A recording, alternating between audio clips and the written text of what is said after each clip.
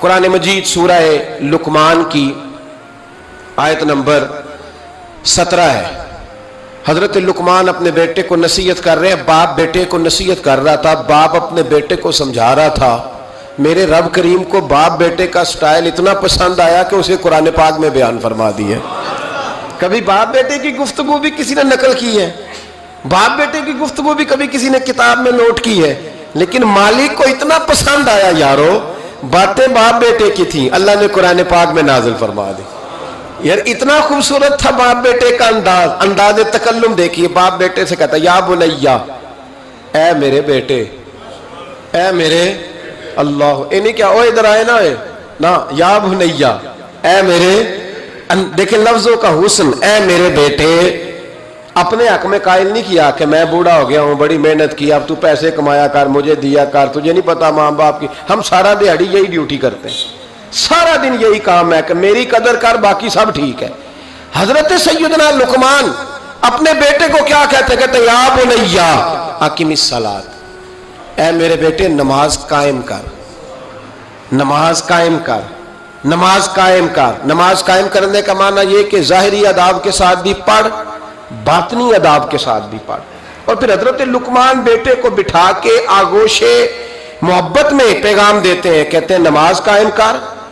اور پھر یہ نہیں کہا کہ تو اپنی قبر صحیح کر، تجھے کیا لگے دوست تیرے پڑھتے ہیں کہ نہیں پڑھتے، یہ نہیں فرمایا۔ فرمایا اقیم الصلاۃ، نماز پڑھ، وامر بالمعروف ونہی عن المنکر، پھر تو لوگوں کو بھلائی کا حکم دے اور برائی سے منع کر۔ یہ باپ اپنے بیٹے کو نصیحت کر رہا ہے، اور پھر پتہ ہے جب کوئی بھلائی کا حکم دے برائی سے منع کرے تو اسے تکلیف بھی آتی ہے۔ پھر اپنے بیٹے کو کہنے لگے وَاصْبِرْ عَلَىٰ مَا أَصَابَكَ، اور اس رستے میں جب تیرے اوپر کوئی مصیبت آئے تو نے صبر بھی کرنا ہے۔ نیکی کا حکم دینے اور برائی سے منع کرنے کے رستے میں جب کوئی مصیبت آئے تو بیٹے تو نے اس پر۔ اور اب باپ اپنے بیٹے کو نصیحت کرتے ہیں، کہنے لگے بیٹے یہ تو ایسے نہ سمجھا کہ نماز پڑھنا کوئی عام کام ہے، ایسے ہی نہ سمجھنا کہ لوگوں کو بھلائی کا حکم دینا کوئی عام کام ہے، یہ عام کام نہیں۔ اِنَّ ذَلِكَ مِنْ عَزْمِ الْأُمُورِ، فرمایا یہ بڑے حوصلے والے کام ہیں، یہ بڑے حوصلے والے، بڑے ہمت والے کام ہیں جو میں تمہیں بتا رہا ہوں۔ باپ اپنے بیٹے کو یہ نصیحت کر رہا ہے۔ ملا جامی نے اس کو لکھا ہے، مولانا عبد الرحمن جامی کہتے ہیں سیدہ فاطمہ الزہرا کے پاس امام حسن اور حسین جب بھی جاتے تھے نا، بی بی صاحبہ یہ آیت پڑھ کے سناتی تھی، یہ آیت بی بی صاحبہ سناتی تھی کہ بیٹے نماز قائم رکھنی ہے، بھلائی کا حکم دینا ہے، برائی سے روکنا ہے، اور اس رستے میں جو مصیبت آئے گی اس پہ، اور ان ذالک من عزم الامور، بیٹے یہ معمولی کام نہیں، یہ بڑے عزم والے کام، یہ بڑے حوصلے والے۔ ماں جب ان لفظوں میں تربیت کرے، ماں جب کہے، دیکھا نا میرے بھائی، ماں جب سچ کا درس دیتی ہے تو بچہ سچ ہی بولتا ہے۔ اور اگر اماں کہے کہ بیٹے میں بات کرنے لگی ہوں تیری دادی کو نہ پتا چلے، یہ پھپھی کے سامنے نہیں کرنی، بلکہ کئی دفعہ اماں کہے ابا آئے نا رات کو تو اس کو نہیں بتانا، اور پھر اماں ٹھیک 15 منٹ کے بعد کہ بیٹا ہمیشہ سچ ہی بولنا، تو سچ بولے گا۔ کیوں بولے؟ کیونکہ اس لیے کہ اماں نے اسے پہلے بتا دیا ہے کہ سچ یہ بات کرنی نہیں کسی سے، میں کر رہی ہوں پر تو نے کسی سے نہیں کرنی، تو آپ نے 3 لیکچر تو اس کو جھوٹ کے دے دیے۔ اب اگر آپ اسے کہیں سچ بول تو وہ بولے گا۔ آپ نے خود کہا کہ بیٹے یہ ٹیلی فون اٹھا، اس بندے کے پیسے دینے، اس فون سن، اس کو کہنا کہ میرے ابا جی فون گھر میں بھول گئے۔ پھر دروازے پہ دستک ہوئی، آپ اندر بیٹھے تھے، بچے سے کہا کہ جا کے باہر کہہ دو کہ ابا جی گھر میں موجود ہے۔ پھر آپ نے ٹھیک ہے 1 گھنٹے کے بعد اس کو سچ کا لیکچر دینا شروع کر دیا، بولے گا سچ؟ وہ بھی پھر جائے گا نا جب اپنے دوست کے گھر، تو ٹیلی فون ابا جی کا آئے گا تو دوست کو دے کے کہے گا ابا جی سے کہے کہ وہ ٹیلی فون میرے پاس بھول گیا ہے، کیونکہ یہ آپ نے پٹی پڑھائی ہوئی ہے۔ یاد رکھیں گھر کے اندر جب تک آپ کا کردار، آپ کا اخلاص، آپ کا درد، حضرت غوث پاک جیلانی پیر بعد میں بنے، عالم بعد میں، اگرچہ پیدائشی ولی تھے، لیکن غوث اعظم کہتے ہیں میں نے سبق استاد کے پاس بعد میں پڑھا، میں نے حضرت ابو سعید مخزومی کے ہاتھ پر بیعت بعد میں ہوا، خلافت بعد میں ملی، سارا کچھ بعد میں ہوا۔ پہلے دن جب گھر سے نکلا، ابا جی میرے وصال کر گئے تھے، کہتے ہیں میری ماں نے، سید زادی نے مجھے گود میں لیا اور میرا ماتھا چوم کے کہنے لگی عبد القادر ایک وعدہ میرے ساتھ کر، زندگی میں تیری زبان سے جھوٹ نہیں نکلنا چاہیے۔ تیری زبان سے جھوٹ ہے. اور غوث پاک فرماتے ہیں جب میری ماں میرے ساتھ یہ بات کر رہی تھی تو میری ماں رو رہی تھی. کبھی رو کے بھی کسی نے نصیحت کی ہے بچوں کو؟ حضرت غوث اعظم رضی اللہ تعالیٰ عنہ فرماتے ہیں مجھ پر میری ماں کی بات طاری ہو گئی میری ماں کی بات. وہ میری ماں نے آنسوؤں کے اندر لپیٹ کر جو مجھے تحفہ دیا تھا نا سچ کا، وہ میرے ذہن پر، دل پر، روح پر چھا گیا. اور ڈاکو جب لوٹنے آئے تو 100 دینار کپڑوں میں سلا ہوا تھا. وہ کبھی کسی نے ڈاکوؤں کو بھی بتایا کہ پیسے ہیں تو لے لو؟ یہاں تو شریعت بھی بڑی ساری گنجائش دیتی ہے کہ بچاؤ اپنا مال. لیکن غوث اعظم رضی اللہ تعالیٰ عنہ فرماتے ہیں ماں نے مجھے آنسوؤں میں لپیٹ کر دیا تھا، لپیٹ کر کے سچ بولنا ہے. تو مائیں عظیم ہو تو پھر بیٹے بھی عظیم ہی ہوتے ہیں. ماں عظیم ہو تو بیٹا بھی پھر عظیم ہی ہوتا ہے. لپیٹ کر سچ کا تحفہ دیا تھا. تو سیدنا غوث پاک فرماتے ہیں جب انہوں نے آ کے کہا نا کہ تیرے پاس کیا ہے، تو میں نے کہا 100 دینار ہے. اس نے جیبیں بھی کھولی، ہاتھ بھی کھولے، جوتے بھی اتارے، پگڑی بھی کھلوائی، کوئی شے نہ نکلی. تو کہتے ہیں وہ سردار کے پاس لے گیا، کہنے لگا سردار یہ عجیب بچہ ہے، کہتا ہے 100 دینار ہے، سارا ڈھونڈ لیا ملے نہیں، تو یہ جھوٹ بول رہا ہے. تو کہتے ہیں جب اس نے کہا نا جھوٹ بول رہا ہے، تو حضرت غوث اعظم کہتے ہیں مجھے جلال آیا، غصہ. میں نے کہا خبردار یہ بات نہ میرے ساتھ آج کے بعد کرنا، میں جھوٹ نہیں بولتا، یہ میرے قریب نہیں آ سکتا، خبردار. یہاں بچوں کو غصہ تب آتا ہے جب مرضی کا برگر نہ ملے. غوث اعظم کو غصہ کب آیا؟ خبردار سارا کچھ کر، آج کے بعد یہ لفظ نہ کہنا میں جھوٹ بولتا ہوں. عبد القادر جھوٹ نہیں بول سکتا، ہو ہی نہیں سکتا. اس نے کہا پھر بتا پیسے کدھر ہیں؟ تو حضرت غوث اعظم نے بٹن کھولے اور الٹ کر کے کرتا کہنے لگے میری ماں نے سیے تھے. 12 سال کے غوث پاک، یہ ایک روایت ہے 14 سال. یہ ہم لوگ اس کو کہانی سمجھتے ہیں، کہانی نہیں بھائی. یہ واقعہ اگر تیرے میرے سامنے ہو تو اللہ کی عزت کی قسم کھاتا ہوں میں اور آپ بھی توبہ کر دیں. کیونکہ وہ واقعہ نہیں ہو رہا تھا، وہ کیفیات تھی، وہ طاری تھا سارا کچھ اس وقت. غوث اعظم رضی اللہ تعالیٰ عنہ کا یہ پیسے 14 سال یا 12 سال عمر مبارک ہے. ڈاکو اس کا سردار کہتا مجھے 22 سال ڈاکے مارتے ہو گئے تھے، اور 14 سال کا بچہ عشق لگا سی کھیڈا کھیڈ دی. 14 سال کا بچہ غوث اعظم نے پلٹ کے دکھا یہ پیسے. تو وہ ڈاکوؤں کا سردار کہتا ہے کہ پتہ نہیں مجھے کیا ہوا کہ بچے کے جذبات کس طرح کے ہیں، افکار کس طرح کے ہیں، خیالات کس طرح کے. کہتا کہ کہاں جا رہے ہو؟ کہا میں علم سیکھنے بغداد جا رہا ہوں. تو کہا بیٹا دنیا پیسے چھپاتی ہے، تو نے بتایا کیوں؟ تو حضرت غوث اعظم نے پیسے اتار کے پھینکے، کہنے لگے پیسے تو رکھ، میں اس لیے بتا رہا ہوں کہ ماں سے وعدہ کر کے آیا ہوں کہ سچ بولوں گا، لے پیسے تجھے دے رہا ہوں. ڈاکوؤں کا سردار کہتا ہے بچے کی اتنی عمر نہیں جتنے مجھے پاپ کرتے سال گزر گئے، پر اس بچے کا ماں سے کیا ہوا وعدہ مجھے بدل گیا. میں دوڑ کے پیچھے گیا، میں نے کہا عبد القادر مجھے بھی یار بغداد ہی لے چل. کہا وہاں کیا کرنا ہے؟ کہا جس استاد کے پاس تو آگے بیٹھ کے پڑھے گا میں اس کے پیچھے بیٹھ جایا کروں گا، چلو بڑھاپے میں بھی کو رٹا لگا کے قرآن و سنت سیکھ جاؤں گا. تو کہتے ہیں تجھے کیا ہوا؟ کہنے لگے عبد القادر تو ماں سے کیا ہوا وعدہ نہیں توڑتا، میں رب سے کیے ہوئے وعدے توڑ رہا ہوں، توبہ میری. ڈاکوؤں سے کہنے لگے جاؤ کوئی سردار اور بنا لو، مجھے تو ماں بیٹے کا رشتہ جیت گیا ہے. یہ ماں بیٹے کا رشتہ مجھے جیت کے لے گیا، میں جیت گیا ماں بیٹے کے رشتے میں، یہ مجھے فتح کر گئے، تم کوئی اور سردار بنا لو. تو 22-23 ڈاکو تھے، پیچھے آ کے بیٹھ کہنے لگے سردار اگر گناہ اکٹھے کیے ہیں تو نیکیوں میں اکیلا تو نہ چھوڑ. او بھائی ماں بیٹے کا رشتہ اور ماں بیٹے کی تربیت. تو 14 سال کا بچہ توبہ کرا جاتا ہے، پر مصیبت یہ ہے کہ ہم وہ مائیں تیار کرنے میں کامیاب نہیں ہو سکے. لیکن ہم نے سدا ناکام نہیں رہنا، مائیں تیار کرنی ہے.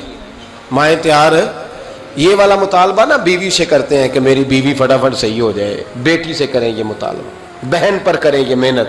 یہ والی میرے حضرت خنسا رضی اللہ تعالی عنہا، جناب خنسا حضور کی ایک صحابیہ ہیں، انہوں نے بعد میں کلمہ پڑھا. دور جاہلیت میں ان کا ایک بھائی قتل ہو گیا تھا. انہوں نے اپنے بھائی کے جانے پر، قتل ہونے پر ایک مرثیہ کہا تھا.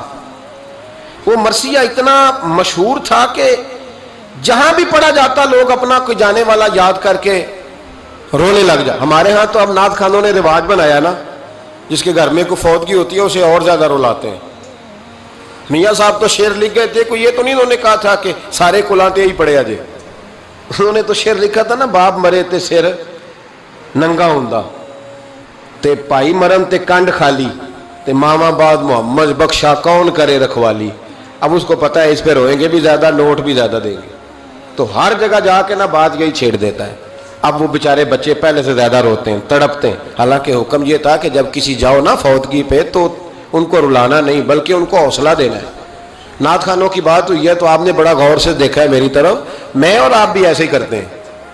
وہ جائیں گے نا تو پوچھیں گے یہ بچہ اس کا, یہ جو فوت ہو اس کا یہ بچہ, او ہو بیچارہ دیکھو نا چھوٹا سا تھا, اماں چلی گئی, بڑا مشکل ہے یتیموں کے لیے. تو یتیم چارہ نفسیاتی مریض بن جاتا ہے.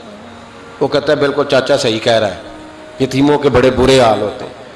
اس طرح کر کے ہم نفسیات کمزور کرتے ہیں بچوں کی. حالانکہ بتانا چاہیے بیٹے فکر نہ کر, میرے نبی پاک بھی تو یتیم ہی پیدا ہوئے تھے نا, تو سارے یتیموں پر حضور کا سایہ ہے. بجائے حوصلے دینے کے ہم اور کمزور کرتے ہیں, اور زیادہ کمزور کرتے ہیں, اور زیادہ لوگوں کو تکلیف دیتے ہیں.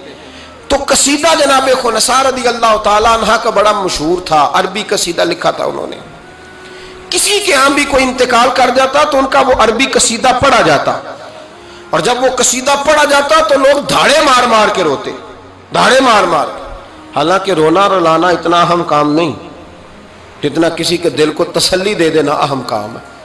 جتنا کسی کی اشک شوئی, اشک آنسو نکالنا تو جرم ہے, آنسو پوچھنا ثواب ہے. یہاں لوگ رلانے کی ڈیوٹی کرتے ہیں, آنسو پوچھنے کی ڈیوٹی نہیں کرتے. حضرت جناب سیدنا خنسا رضی اللہ تعالیٰ عنہ آپ کا وہ قصیدہ پڑھا جاتا, لوگ دھاڑے مار مار کے روتے. یہ وہی خنسا تھیں کہ جنگ احد سے کچھ مہینے پہلے کلمہ پڑھ کے مسلمان ہو گئی. یہ وہ بی بی مشہور شاعرہ جن کا قصیدہ رونے رلانے کے لیے پڑھا جاتا ہے. ان کے 4 بیٹے جوان تھے. احد کے لیے جب رسول رحمت صلی اللہ علیہ وسلم نے اعلان کیا نا, فوجی آئے, مائیں بہنیں بچے تیار کریں بھیجیں, تو ان کی سہیلیاں کہنے لگی کلمہ تو پڑھ گئی ہے, تیرے بچے بھی پڑھ گئے ہیں, پر تیرا سب کو پتا ہے تیرے بچے کوئی نہیں جائیں گے. اس لیے کہ ایک بھائی کے جانے پر تو نے قصیدہ لکھا ہے تو آج تک پڑھا جا رہا ہے, تو 4 بچے کیسے تیرا نہیں جاتا. جناب خنسا چوپ ہیں. جب جنگ احد کے لیے سپاہی اور مجاہد نکلنے لگے تو 4 بیٹے لے کے چوک میں آ گئی. وہ بی بی جس کا رونا دھونا مشہور تھا, وہ اپنے بچوں کو چوک میں کھڑا کر کے آتی, ادھر دیکھو, قسم ہے مجھے اللہ کی عزت کی, میں نے تمہارے باپ کے ساتھ. یہ ماں لیکچر دے رہی ہے اور چوک میں دے رہی ہے تاکہ دنیا کو پتہ چل جائے. جناب خنسا کا خطبہ مدینے کے چوک میں, کہنے لگی مجھے اللہ کی عزت کی قسم, میں نے جاہلیت کے زمانے میں بھی تمہارے باپ کے بستر کو کبھی ناپاک نہیں کیا, کبھی ناپاک نہیں کیا. میں نے طیب اور طاہر بچے پیدا کیے, اور میں نے تمہیں اپنے سینے سے اپنے وجود کی خوراک تمہیں دی, دودھ پلایا.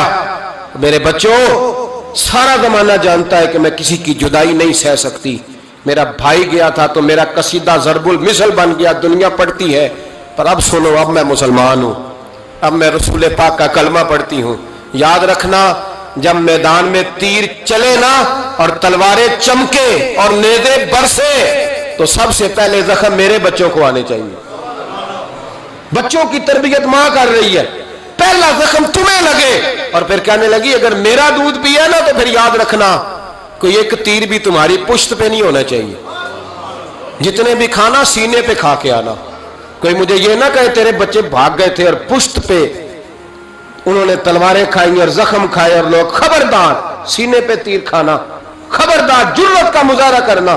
یہ خطبہ دے کے جناب خنسا اندر چلی گئیں. لوگ کہتے ہیں حیران رہ گئے. مزے کی بات یہ تھی, پھر بھی بیبیاں کہنے لگی خطبہ تو دے دیا ہے, دعا کرو اس کا کوئی بچہ شہید نہ ہو جائے. بڑے سخت قصیدے لکھتی ہے, شہید نہ ہو جائے, دعا کرو. لیکن اللہ بڑا ہی بے نیاز ہے, ان کے 4 بچے شہید ہو گئے. 4 18 زخم تھے بچوں کے پر, تھے سارے سینے پہ. 18 گھاؤ تھے تلواروں کے پر, سارے سینے پہ. میرے محبوب احد سے واپس آئے. او بھائی, 4 بیٹے جس ماں کے چلے جائیں, اس ماں کو تسلی کون دے. جناب خنسا آ کے کھڑی ہوئی تو صحابہ کہتے ہیں ہمارا خیال تھا کوئی درد والا شعر پڑے گی, رلا دے گی دنیا کو. کہ میرے حبیب پاک نظر اٹھائی کا خنسا تجھے پتا ہوگا تیرے چاروں بیٹے شہید ہو گئے. کہنے لگی حضور یہی تو دکھ ہے. جب کہا نا یہی دکھ ہے تو کان کھڑے ہو گئے لوگوں. حضور یہی تو دکھ ہے, یہی تو پریشانی ہے. محبوب نے فرمایا کیا پریشانی ہے؟ کہنے لگی حضور یہی تو پریشانی ہے, میرے 4 تھے, دل کرتا ہے میرے 14 ہوتے. حضور یہی تو دکھ ہے, 4 تھے, دل کرتا ہے 400 ہوتا. 4 کروں تیرے نام پہ جان فدا, نہ بس ایک جان 2 جہاں فدا. سونیا میرا 2 جہاں سے بھی نہیں جی بھرا, میں کروں کیا کروڑوں جہاں نہیں. کہ حضور 4 تھے. اور پھر مسجد نبی آج بھی اس ماں کی جرت کی گواہ ہے کہ ماں پوچھنے لگی سونیا میں یہ نہیں پوچھنے آئی کہ میرا کوئی بچہ ہے کہ نہیں, یہ پوچھنے آئی ہوں کہ میرے بیٹوں نے کوئی پشت پہ زخم تو نہیں کھایا. حضور کوئی پشت پہ زخم تو نہیں کھایا میرے بچوں نے, کوئی پشت پہ زخم. تو رسول پاک نے فرمایا خنسا تیری جرت کو اللہ قبول فرمائے, تیرے بچوں نے جتنے بھی زخم کھائے ہیں سینوں پہ کھائے. میں نے کہا مائیں عظیم ہوں تو بچے بھی عظیم ہوتے ہیں, اور اگر ماں کسی کے سائے کا اندھیرا دیکھ کے ڈر جائے تو بچوں میں جرت کیسے آئے گی؟ بچے کربلا کے میدان میں کیسے جائیں گے؟ بچے اس طرح میدانوں میں